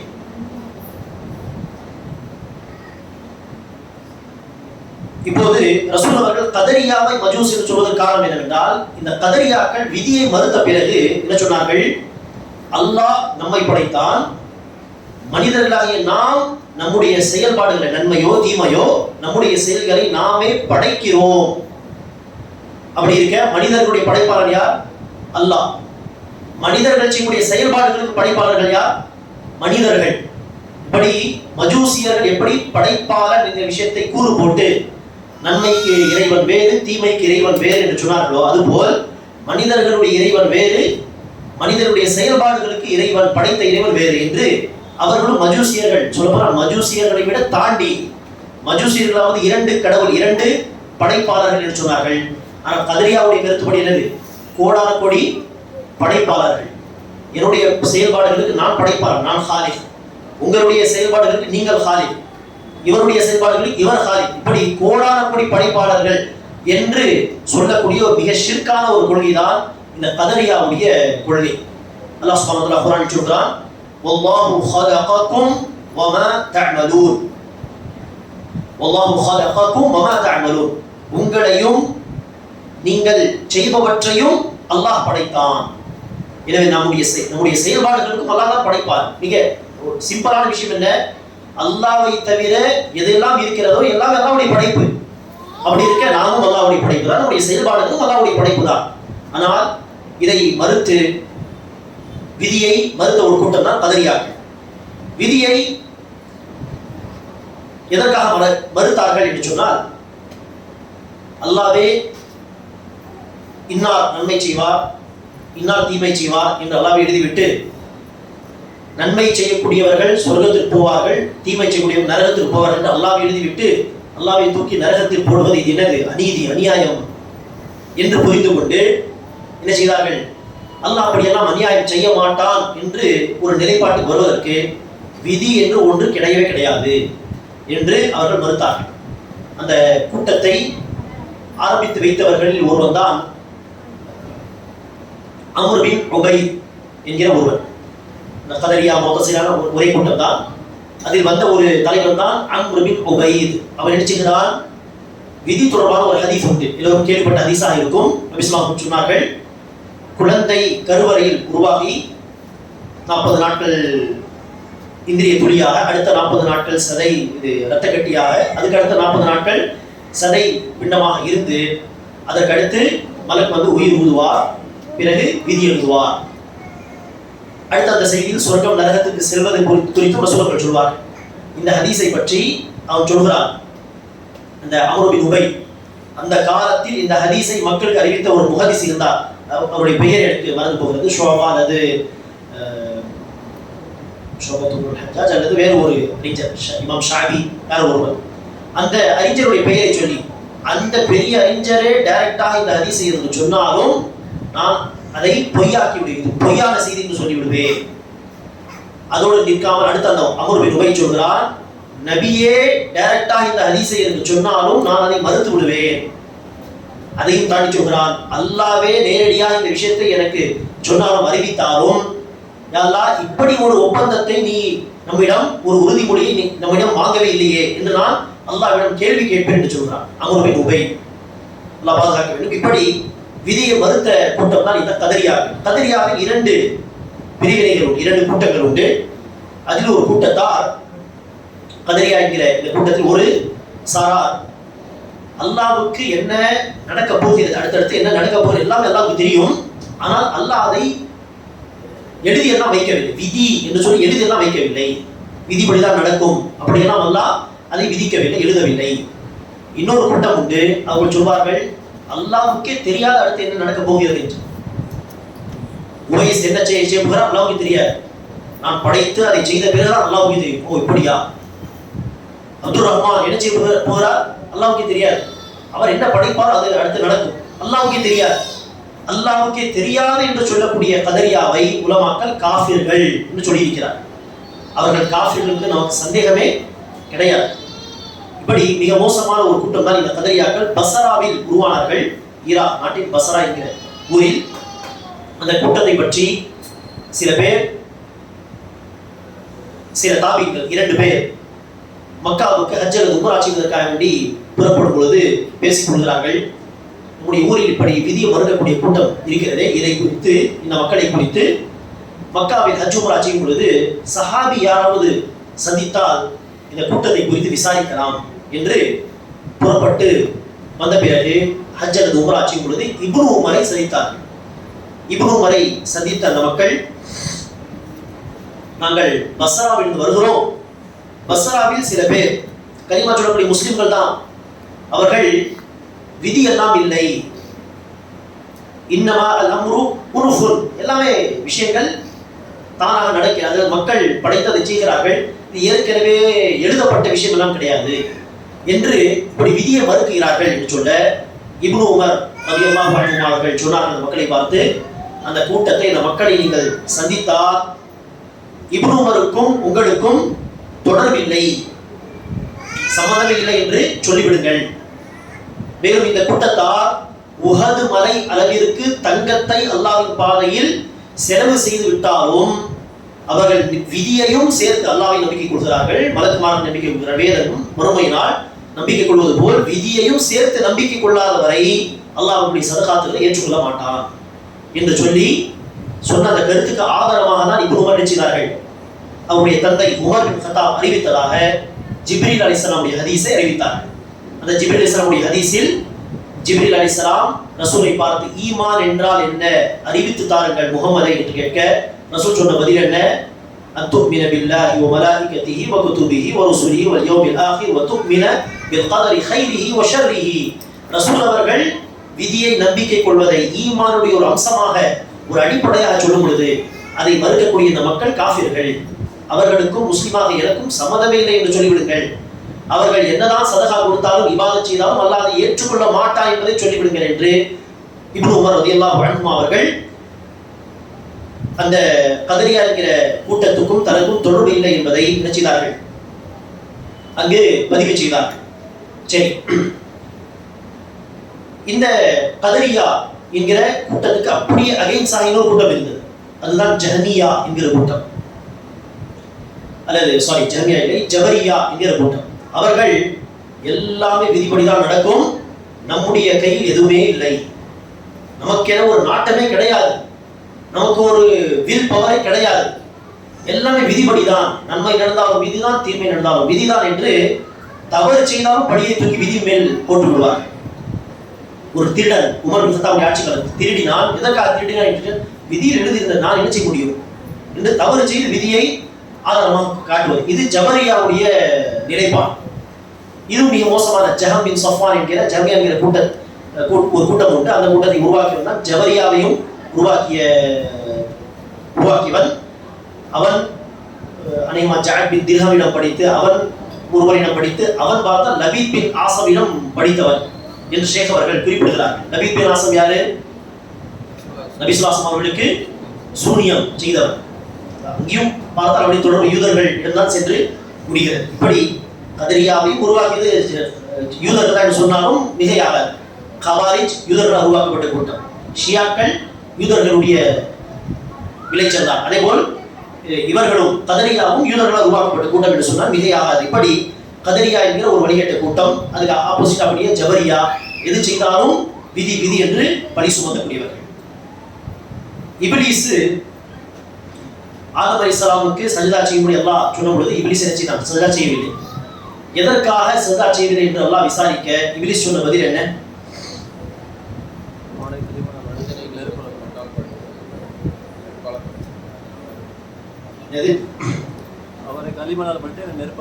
நீ ஆதமை மண்ணால் படைத்தாய், என்னை நெருப்பால் படைத்தாய், நெருப்பு மேலோங்கி செல்லும், மண்ணு கீழே விழும்.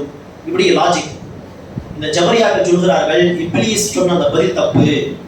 இப்லீஸ் என்ன சொல்லியிருக்க வேண்டும் என்று சொன்னார், எதற்காக நீ சஜதா செய்யவில்லை என்று கேட்டால், நீ விதியில் அப்படிதான் எழுதினாய் யா அல்லாஹ் என்று சொல்லியிருக்க வேண்டும் என்று இப்லீஸுக்கே பாடம் சொல்லித்தரக்கூடிய கூட்டம் இந்த ஜபரியா என்கிற கூட்டம். அடுத்து வழிகட்ட இன்னொரு கூட்டம் தான் ஜஹமியா என்று சொன்னோம். இடையில் ஜஹமியா என்கிற இந்த கூட்டம் ஜஹம் பின் சஃப்வான், அந்த யூதர்கள் வரிசையில் வந்த அந்த தப்பான மக்களிடம் பாடம் படித்த அவன் என்று சொல்லுவே, அந்த ஜஹம் பின் சஃப்வான் உருவாக்கி கூட்டம் தான் இந்த ஜஹமியா. இந்த ஜஹமியாவுடைய வழிகேடு ரொம்ப மோசமானது. அறிஞர்கள் இது ஒரு காஃபிர் கூட்டம் என்று சந்தேகம் இல்லாமல் நினைச்சுவார்கள், டிக்ளேர் செய்வார்கள். அப்படிப்பட்ட படு மோசமான கூட்டம் எந்த அளவுக்கு என்றால், அல்லாஹ் இருக்கிறான் ஆனால் இல்லை, மௌஜூதுன் வலக்கின் கைரு மௌஜூத் என்று சொல்லும் அளவிற்கு அல்லாஹ் இருக்கிறான் என்பதிலே சந்தேகம் கொள்ளக்கூடிய ஒரு கூட்டம் தான் இந்த ஜஹமியா. இந்த ஒரு பாயிண்டை போது அவர்கள் காஃபிர்கள் என்று சந்தேகம் இல்லாமல் சொல்வதற்கு. அதே கூட்டத்தார் சொல்லக்கூடிய ஒரு கொள்கை தான் என்னது? அல்லாஹ் இருக்கிறான் இல்லை என்கிற மாதிரியும் பேசுவார்கள். அதே நேரத்தில் அல்லாஹ் எங்கும் இருக்கிறான், துரும்பிலும் இருக்கிறான், துரும்பிலும் இருப்பான் என்கிற கொள்கையும் அந்த கூட்டத்தார் பேசிய கொள்கை தான். இந்த கூட்டத்தின் ஒரு பெரிய பிரச்சனை என்ன? அல்லாஹ்வுடைய சிஃபாத்துகள், தன்மைகளை எல்லாம் மறுப்பது.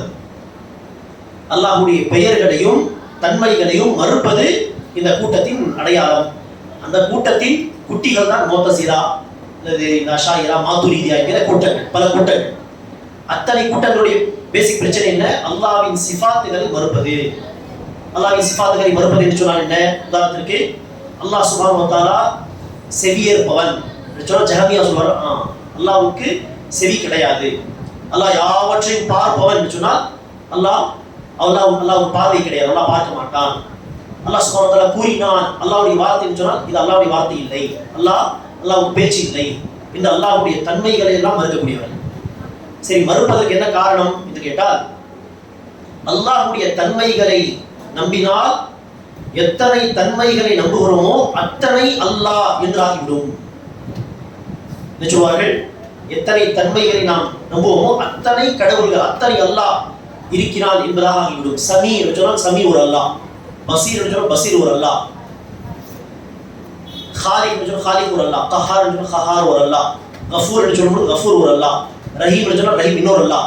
இப்படி எத்தனை தன்மைகளை நம்புவோமோ அத்தனை அல்லாஹ் இருக்கிறார்கள் என்று ஆகிவிடும். அதற்காக தன்மைகளே வேண்டாம், அல்லாஹ்வுடைய தன்மைகளை மறுத்து விட வேண்டும் என்று சொல்லக்கூடிய கூட்டம். இது என்னது? அறிவு என்று சொல்லி பேசுவார்கள், ஆனால் முட்டாள்தனமான கருத்து. அப்துல்லா என்கிற ஒரு நபர் இருக்கிறார். அவர் பொலைட்டான ஒரு நபர், தன்மையாக பேசக்கூடியவர், உதவி செய்பவர், உண்மை பேசுபவர், புற பேச மாட்டார் என்று சொல்லும் பொழுது அத்தனை அப்துல்லா என்று பொருளா? ஒரு அப்துல்லாவிடம் நூற்றுக்கணக்கான தன்மைகள் இருக்கலாம். அப்படி இருக்க அல்லாஹ்விடம் அழகான பல தன்மைகள் உண்டு, பல அழகிய பெயர்கள் உண்டு. எத்தனை தன்மைகளை நம்புவோமோ அத்தனை பர்சனாலிட்டிஸ் என்று சொல்வது என்னது? முட்டாள்தனமான ஒரு பேச்சு. இது ஜஹமியாவுடைய ஒரு பிரச்சனை. சரி, சிஃபாத்துகளை மறுப்பதற்கு இன்னொரு காரணம் என்ன சொல்வார் என்றால், அல்லாஹ்வுடைய சிஃபத்துகள் போன்ற சிஃபத்துகள் மனிதர்களிடமும் உண்டு. அல்லாஹ்வுடைய சிஃபத்தை நம்பினால் ஷிர்க் செய்தது போல் ஆகிவிடும், ஷிர்க் ஆகிவிடும் என்று சொல்வார். அது எப்படி? உதாரணத்திற்கு அல்லாஹ் செவியேற்கக்கூடியவன் என்று குர்ஆனில் பல இடங்களில் வந்த ஒரு வார்த்தை அஸ்-சமீ, அல்லாஹ் செவியேற்பவன். மனிதர்களாகி நாமும் செவியேற்கிறோமே, அல்லாஹ்வும் செவியேற்கிறான், நாமும் செவியேற்கிறோம், இது ஷிர்க் ஆகிவிடும் என்று பயந்து அடுத்த கட்டத்தை என்ன செய்வார்கள்? இல்லை, நான் செவியேற்கவில்லை, எனக்கு செவிய இல்லை என்று சொல்ல முடியுமா யாராவது? அதற்காக யாருடைய செவியை மறுத்து விடுகிறார்கள்? அல்லாஹ் செவியேற்பவன் இல்லை, அல்லாஹ் பார்ப்பவன், அல் பஸீர் என்று வரும் பொழுது அல்லாஹ்வும் பார்க்கிறான், நானும் பார்க்கிறேனே. இல்லை, நான் பார்க்கவில்லை, அல்லாஹ் பார்ப்பவன், ஆனால் நான் பார்க்கக்கூடியவன் அல்ல என்று தன்னுடைய சிஃபத்தை மறுக்க முடியாது. அதற்காக அல்லாஹ் யார் கண்டா என்று சொல்லி அல்லாஹ் பார்ப்பவன் கிடையாது. இப்படிதான் ஒவ்வொரு தன்மையாக மறுத்து அத்தனை தன்மைகளையும் மறுத்து விடுகிறார்கள். இதுவும் என்னது? முட்டாள்தனமான ஒரு விஷயம்தான். காரணம், இப்னு உஸைமீன் ரஹிமஹுல்லாஹ் அவர்கள் ஒரு உதாரணம் சொல்வார்கள் அழகாக. பார்ப்பது என்கிற அந்த தன்மை மனிதர்களுக்கும் விலங்குகளுக்கும் மத்தியிலும் ஒரு பொதுவான தன்மையா இல்லையா? அந்த பேர் பார்வை என்கிற அந்த விஷயம், அடிப்படை விஷயம் மாத்திரம் பொதுவானது. ஆனால் எல்லா விதத்திலும் அந்த பார்வை என்பது ஒரே மாதிரியாக இருக்குமா மனிதனுக்கும் விலங்குகளுக்கும் மத்தியில? இல்லை. மனிதனுடைய பார்வை, அதில் உள்ள பவர் அல்லது நிறங்கள், இது எல்லாமே மனிதனுடைய பார்வை. ஆனால் விலங்குகளுக்கு எல்லா நிறங்களும் தெரிய வேண்டும் என்கிற கட்டாயம் இல்லை. மனிதனுக்கு எவ்வளவு தூரம் பார்வை இருக்கிறதோ அதே மாதிரியான ஒரு சைட்டு விலங்குகளுக்கு இருக்க வேண்டும் என்கிற கட்டாயம் இல்லை. ஆந்தை பார்ப்பது போல் மனிதன் பார்க்க வேண்டும் என்கிற கட்டாயம் இல்லை. மனிதன் பார்ப்பது போல் ஆந்தைக்கு பார்வை இருக்க வேண்டும் என்கிற கட்டாயம் இல்லை. பார்வை எல்லோருக்கும் உண்டு. ஆனால் அந்த பார்வையில் பல வித்தியாசங்கள் இருக்கும் பொழுது அல்லாஹ் பார்ப்பவன், நானும் பார்ப்பவன், இரண்டும் ஒன்றாகிடும், ஷிர்க் ஆகிடும் என்று சொல்றது என்னது? முட்டாள்தனம். மனிதனுக்கும் படைப்பினங்களுக்கும் மத்தியிலேயே மற்ற படைப்பினங்கள் மத்தியில் பல வித்தியாசங்கள் இருக்கும் பொழுது நமக்கும் அல்லாஹ்வுக்கும் மத்தியில் என்னது? பல வித்தியாசங்கள் இருக்கும். நாம் பார்க்கிறோம், ஆனால் கண் முன்னால் இருக்கக்கூடிய சில விஷயங்கள், கண் முன்னால் உள்ள பல விஷயங்களை செய்ய முடியாது. செல்ஸ் எல்லாம் உதாரணத்துக்கு பார்க்க முடியாது. காத்தில் இருக்கக்கூடிய கிருமிகள் பார்க்க முடியாது. கண் முன்னால் இருந்தும் அது நமக்கு தெரியவில்லை. ஆனால் அல்லாஹ்வுக்கு எல்லாமே தெரியும். இருண்ட இரவில் கருத்த பாறைகள் கொண்ட ஒரு மலையில் கருப்பு நிற ஒரு எறும்பு நடந்து சென்றாலும் அது அல்லாஹ்வுக்கு தெரியும். ஹதீஸில் வந்த செய்திதான். அல்லாஹ் அலம். இப்படி அல்லாஹ் சுப்ஹானஹு வ தஆலா யாவற்றையும் பார்ப்பவன். ஆனால் மனிதர்கள் ஒரு குறுகிய விஷயங்களை தான் பார்க்கக்கூடிய தன்மை உள்ளவர் என்று சொல்லும் பொழுது அது எப்படி ஒரு தன்மை? அல்லாஹ்வுடைய பார்வை மனிதனுடைய பார்வை ஒரே மாதிரியாக இருக்கும், ஷிர்காக இருக்கும் என்று பயப்படுவதற்கு தேவையே இல்லை.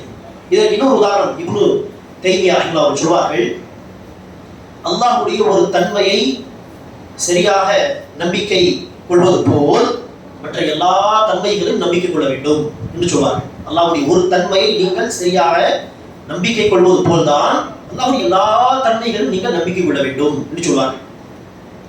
அதற்கு என்ன பொருள் என்று கேட்டால், அல்லாஹ் இருக்கிறான் என்பதை இந்த முஅத்தஸிலா இந்த அல்லாஹ்வுடைய தன்மைகளை மறுக்கக்கூடிய பல கூட்டங்கள், ஜஹ்மியா அதிலும் விதிவிலக்குதான் மற்ற பல கூட்டங்கள், அல்லாஹ் இருக்கிறான் என்பதை நம்புவார்களா இல்லையா?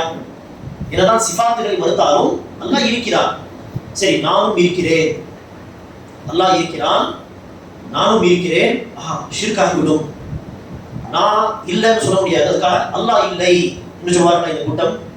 சொல்ல மாட்டார். என்ன சொல்வார்கள்? அல்லாஹ் அவனுடைய தகுதிக்கு ஏற்ப இருக்கிறான், நான் என்னுடைய தகுதிக்கு ஏற்ப இருக்கிறேன், நான் இல்லாமல் இருந்தேன், அல்லாஹ் படைத்த பிறகுதான் நான் வந்தேன், ஆனால் அல்லாஹ் அஸல் இருந்து அல்லாஹ் இருக்கிறான், அல்லாஹ்வுக்கு ஆரம்பமும் கிடையாது முடிவும் கிடையாது, ஆனால் எனக்கு ஒரு ஆரம்பம் இருக்கிறது முடிவும் இருக்கிறது, அல்லாஹ் இருப்பது அவனுடைய தகுதிக்கு ஏற்ப, நான் இருப்பது என்னுடைய தகுதி ஏற்ப என்று சொல்வார்களா இல்லையா?